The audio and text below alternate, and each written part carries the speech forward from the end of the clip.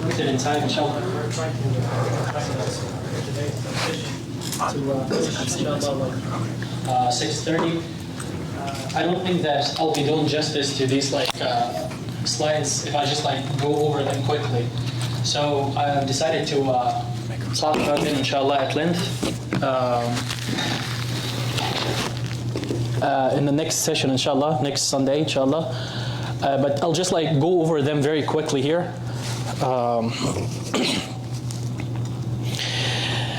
And then I'll start with some of them, the most famous arguments that are laid out for the case of Israel, and some of the refutations to them. There were many massacres that happened since Jewish militia started to inhabit Palestine. Not even before 1948. But as I said, because we don't have a lot of time, I'm just enumerating the most famous massacres that happened ever since 1948. So the Deir Yassin massacre, it happened in April 1948, and you have 250 Palestinian victims. They were killed. And then you have the Tantura village, inshallah, the next week, inshallah, we'll talk about it at length, inshallah, because they killed the Palestinians, and as a matter of fact, they wiped out the whole village, and they ordered some of the Palestinians to dig their own graves, and then they had a mass grave for all of the village, especially men, and they killed everyone in that village. And right now, it's in Yafa, they have they built a beautiful settlement. It's literally built on the tombs or the bodies of Palestinians.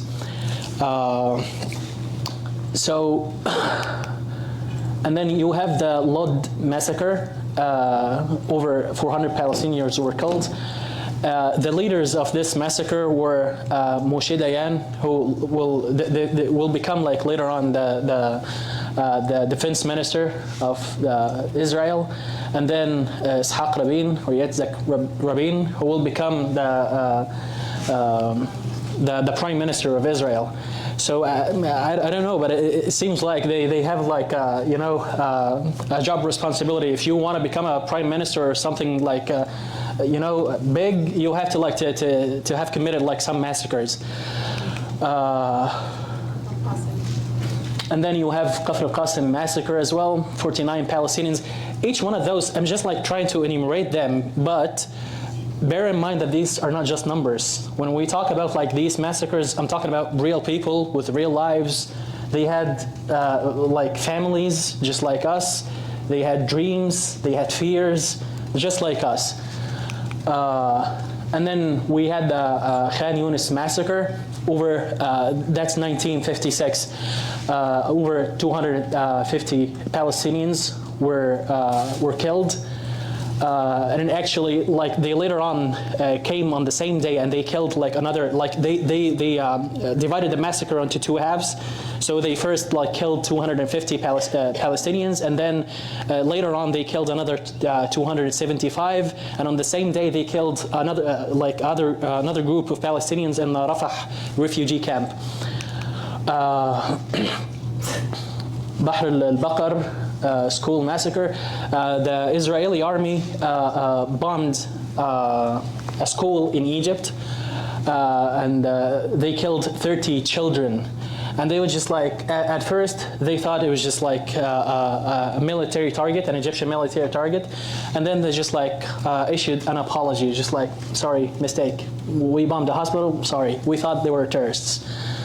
And this to tell you that it's not a mistake. If it keeps happening over and over again, it's a pattern, it's a policy.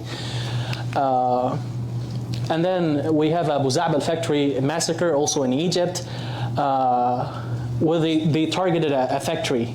I don't know why, but they killed 70 Egyptian workers. Again, all of these, we'll talk about it at length, inshallah, in the next session, inshallah. But because I'm trying to be objective here, some of the massacres happened to the other side as well. So because, and this is actually something that we'll talk about inshallah, is when you have this injustice, it's the greatest recruiter for terrorism. So some of the Palestinians, they were trying to resist. So they killed, like they snuck behind in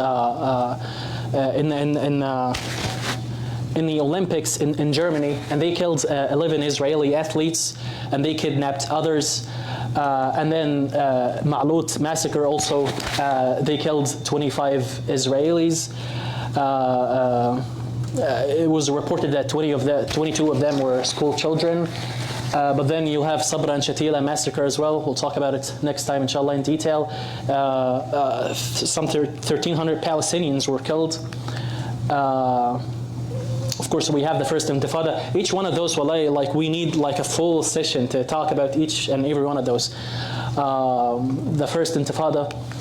And then you have the first Aqsa massacre. There was also like another massacre that happened after the second Intifada, or during the time of the second Intifada, where an American Israeli physician, he was an extremist. It was called the Al-Haram al-Ibrahimi massacre.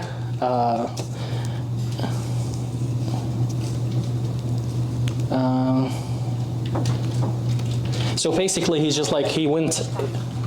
What? Yeah, I don't know how to pronounce his name.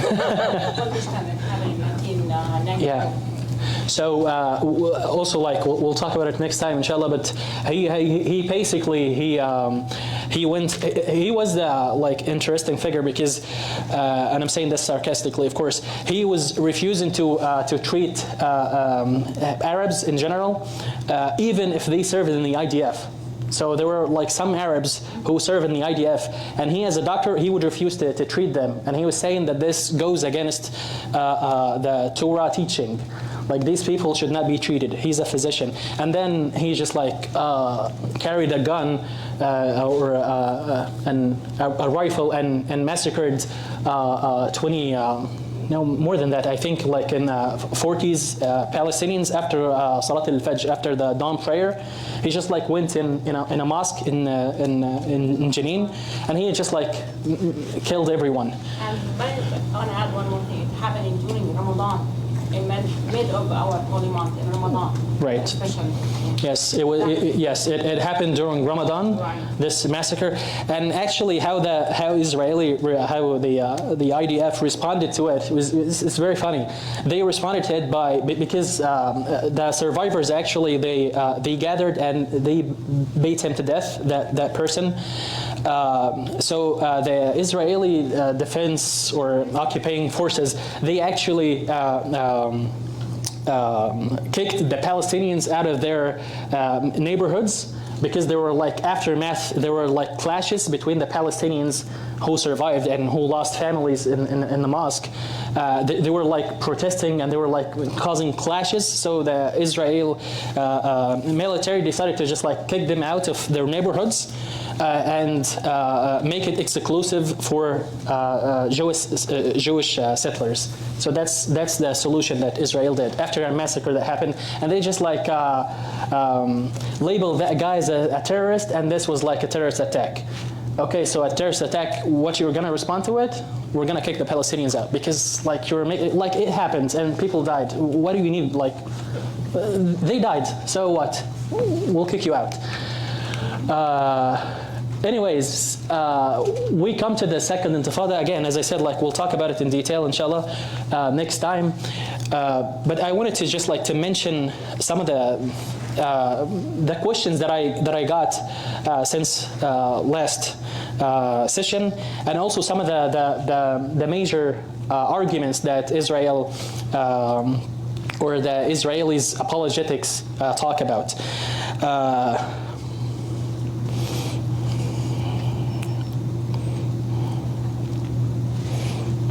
One moment.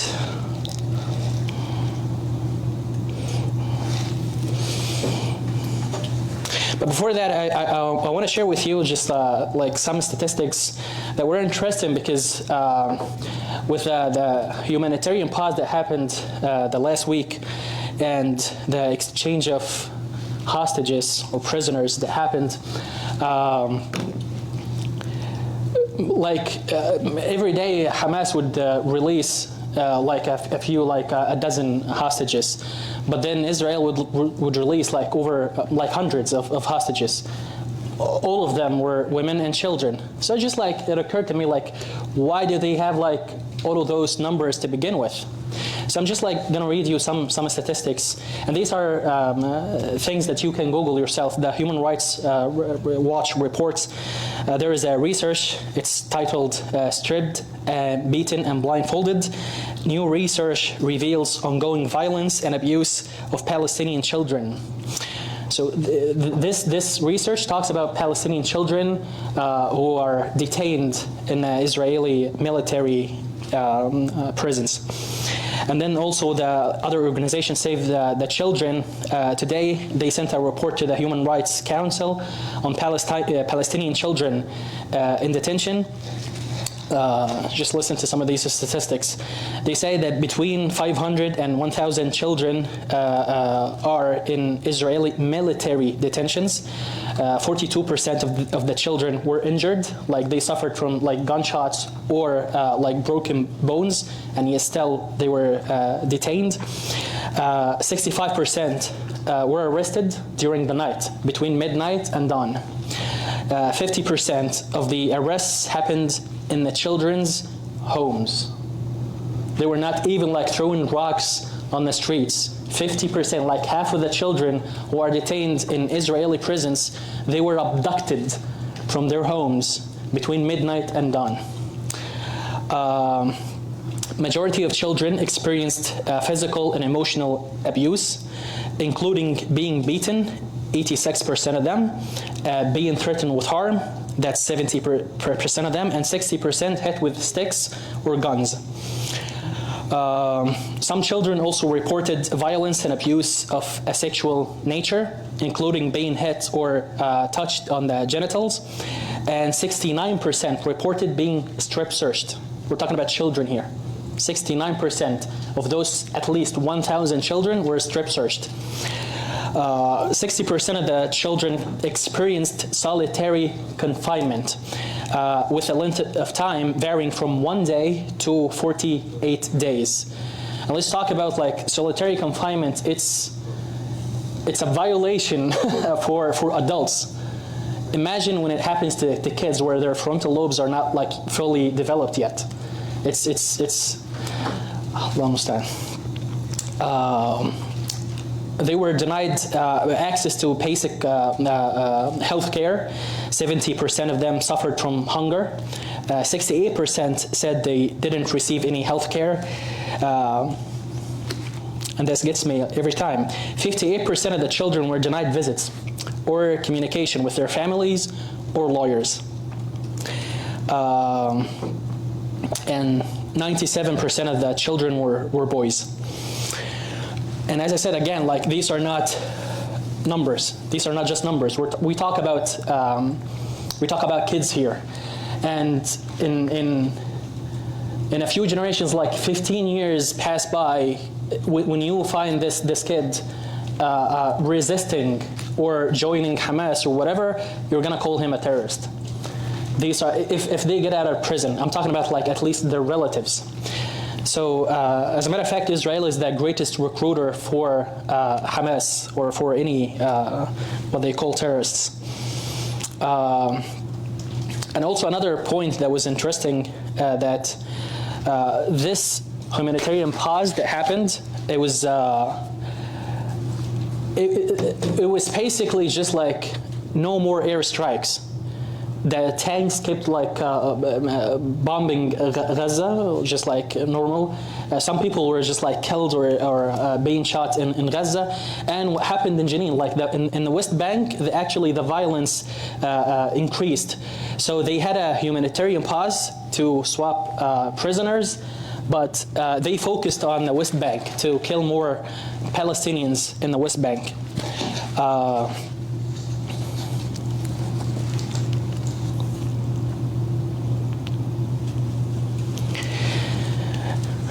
And also one point came to mind is the videos that you see,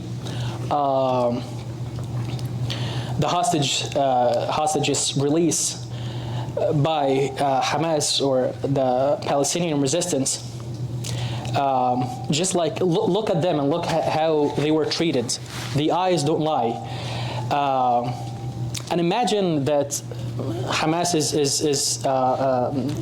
designated as a terrorist organization, and this is how they treat their hostages or war prisoners.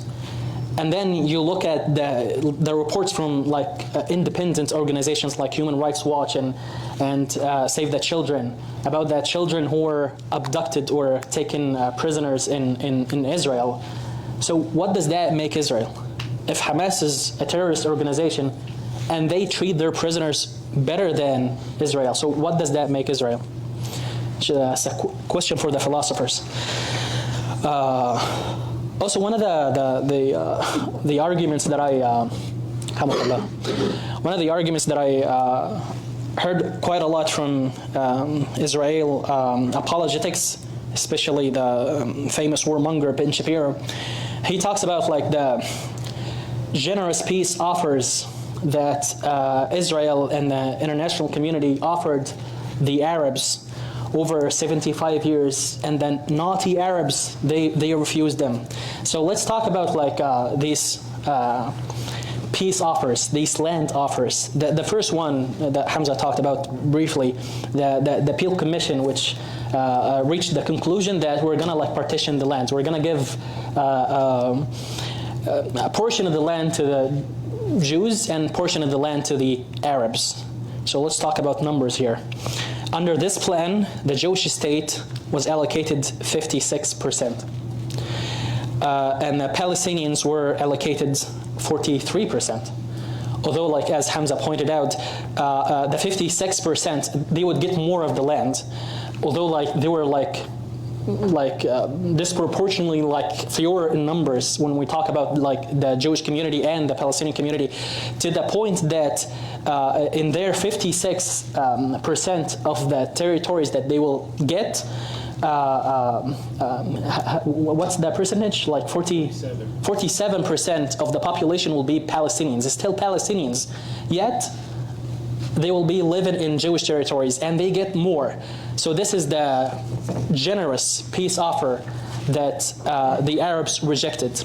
And then the very next day that Israel declared independence, you know, they had a bloody war with Britain, so they declared independence. They declared basically a state of Israel in 1948, and the very next day the Arabs went to war with Israel.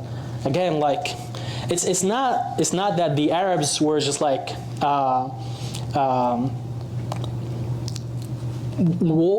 waged the war with this like baby-born innocent state. That was not the case.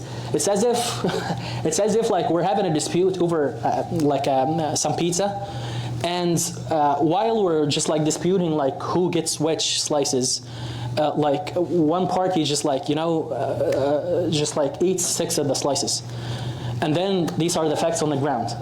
And then it's not anymore about like the dispute is not about the 8 slices anymore. It's just like about 2 slices, and let's talk about them then. So that's exactly what happened and what keeps happening. So these peace talks, they were not serious about them, Israel, and I'll enumerate the rest. But they will just like, it will take forever for them to just like to reach like a basic agreement that we should like sit down with the Palestinians and reach a peace agreement. And while the peace talks are happening, Israel keeps annexing more lands and just like giving it to settlers, Israeli settlers. And then it's not part of the land that you should talk about anymore. The dispute is not about them anymore.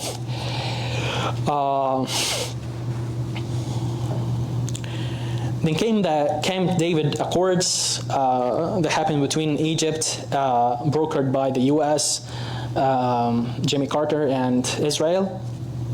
The Camp David Accords happened after the the third war, the fourth war actually, the Yom Kippur War or the October 6th War, where we'll talk about it inshallah in detail next time, where Egypt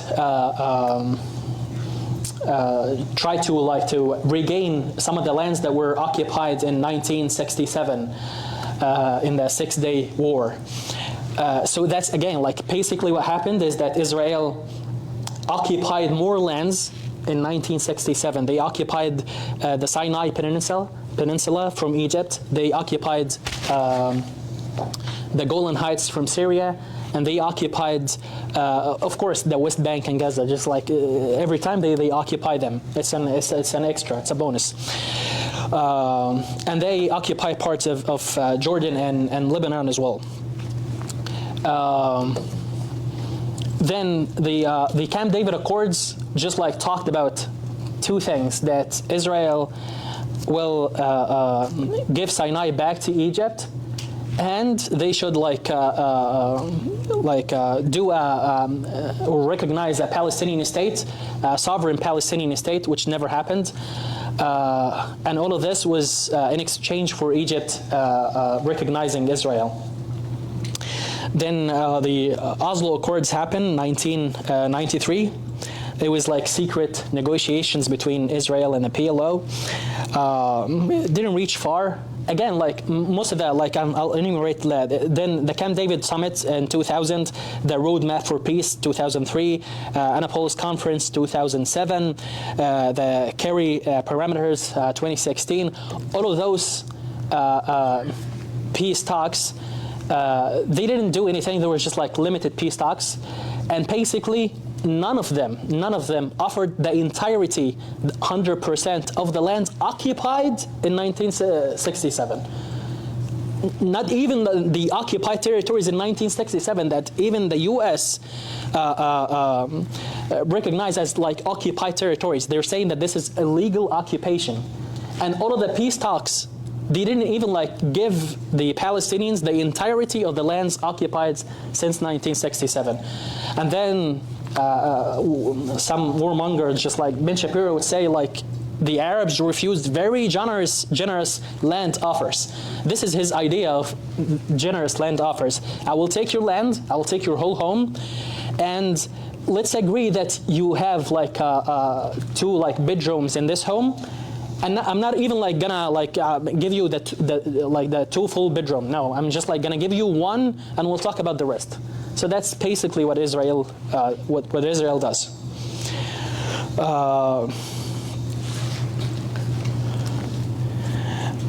We should stop because we have the refreshment break before Salat al-Maghrib. But I'll just go with a few more questions that I received last time. And one important question that I received was the two-state solution or the one-state solution. Do we believe that the Jews or the Israelis have right to the land, have claim to the land, or we're basically just trying to kick them out? Because the famous slogan, from the river to the sea, it means that you want to commit a genocide to the whole Jewish community. No. As in the words of Golda Meir, who was another prime minister of Israel, she said before 1948, I was a proud Palestinian. I had a Palestinian passport. She was still Jewish. So it's not about the Jews living in Palestine or living in the Holy Land or even worshiping. If you remember last lecture, I told you that they enjoyed more religious freedom under Muslim ruling than any other, even Christian rulers. So Muslims, we have no problem with Jews living there and owning lands there, and this is why actually they were selling them these lands. We have no problem with you purchasing some land. And actually about that point, because I don't want anyone to think that they actually purchased a lot of territory in Palestine. As I said, they only purchased 3% of Palestine. So that's just if I purchased the 4th Street and then I claimed that whole Louisville just belongs to me, just by purchasing legally 4th Street.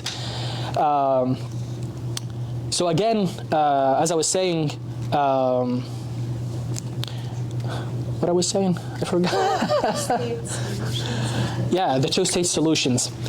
So we actually have no problems with the Jews like living in that piece of land and worshiping, and they have like religious freedoms. But it actually will every time the double standards gets me. Like they talk about a theoretical genocide. It's not even like a genocide, just by saying that Israel doesn't, like, historically speaking, before 1948, there was no Israel. So just by saying that, it doesn't mean that we're like saying, let's commit a genocide to the Jewish population. No, it's not that. And they just like turn a blind eye on the genocide that's actually happening right now, or keeps happening for 75 years. Keeps actual genocide, not theoretical genocide. One of the arguments that Piers Morgan was saying, because people were telling him that what's going on right now is a genocide, and he was saying, no, it's not a genocide. What's the brilliant argument that he had that this is not a genocide? And actually, it keeps repeated on like high levels of government in the U.S. and Israel. They're saying it's not a genocide. Why? Because Israel is not killing all the Palestinians. Well, swear to God, imagine if somebody said Hitler didn't commit a genocide to the Jewish population because he didn't kill them all. You would cancel, like that person would be canceled. And what's the brilliant argument that you have that Israel is not committing genocide? That they have the power to kill all 2.3 million Palestinians in Gaza, but they're not doing it. So here's your proof. It's not a genocide. And actually, it's just like, look at your definitions. It's not me who is defining what's a genocide. It's your definitions, the legal definition, the international law's definitions of a genocide. Just like killing a large number of people. Not everyone. Anyways, and again, like when they talk about like theoretical genocide of the Jewish population. What about the flag? For God's sake, their flag. You know what? The two blue strips that they have on their flags, that's the Nile and Euphrates. So does this mean that they're just like asking for the genocide of the Arabs or Egyptians, for example, because they have their flag? It's not a charter. Their flag says that we should own from the Nile to the Euphrates. And you're talking about from the river to the sea is offensive for you, but from the Nile to the Euphrates is okay. It's just like, well, again, like the double standard baffles me.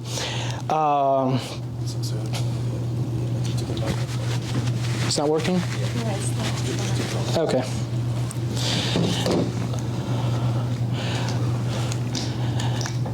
So, as we said in the last lecture, that we know that the children of Israel, they inhabited that piece of land, and we talked about the ancient history at length last time. We said it was the land of Canaan, and they conquered that, and conquests happen all the time. Okay, you lived there. If you want to go and live there, go and live there, but you don't have like to kick the Palestinians out to live there. You existed with the Palestinians like in peace, and actually you fled Europe because you had like a rise of anti-Semitism in Europe and in the U.S. So they fled. They fled to where? To the Arab and the Muslim world. So you had no problem with this, and all of a sudden we're the people who are trying to like to commit genocide against you. You sought refuge in our lands when you had like a rise of anti-Semitism in Europe and in the U.S. And as I said last time, that quite frankly, the U.S. They don't give like two rats about like the Jews and Muslims. It's always about self-interest, always. And this is why, like we mentioned last time, the idea of a barrier state. As we said, like Theodore Herzl himself, as Hamza said, they did not like in the earliest congresses or conferences that they were having. The land Palestine was not even like suggested at first. It was Argentina, Brazil, Uganda. but then they later on they settled for Palestine, and they actually they refused Uganda. For example, it was the sixth conference. It's called the Uganda map, I guess. They refused it for pure racial reasons. It gets like the deeper I dig, the uglier it gets. Anyways, we have no problems with them. What? Yeah, I also want to add on that point. It's interesting how the Jews sought refuge in the lands of the Muslims and the Arabs, Morocco, Yemen, maybe Afghanistan, you might say. And then when it comes time for them to come back to their home state of Israel, they're finding a lot of racism from the European white Jews, and even specifically the Ethiopian Jews that notice a lot of racism, and even like they say there's reports of women of Ethiopian descent that are Jewish being given birth control forcefully so they cannot have children. And so it seems like it's not just about a Jewish state, it also seems there's some racism also implanted in that as well. Yeah, it's a good point, and inshallah we'll be reminded, inshallah, to have like some of the apartheid laws that they have in Israel, like laws that they have in Israel that clearly like classifies any state that has those laws as just like an apartheid. This is an apartheid. We'll talk, inshallah. I hope I remember, inshallah. Because like we said, we want to finish at 6:30, inshallah. I'll stop it here, and we'll have a refreshment break, inshallah, in the kitchen outside here. And the break will extend to have like a Maghrib prayer, inshallah, and then we'll continue afterwards from I guess 5:45, 5:45, inshallah. 5:40, yeah. 5:40. Yeah. We'll continue, inshallah, the next session from 5:40, inshallah, to 6:15. And then we'll have the Q&A session from 6:15 to 6:30. You're like more than welcome to stay afterwards and to ask questions or to engage in conversations. We're just like want to finish at 6:30, inshallah, like officially. And then if you want to like stay and talk more, then you're more than welcome to do so. Thank you again, and help yourself to the refreshment break.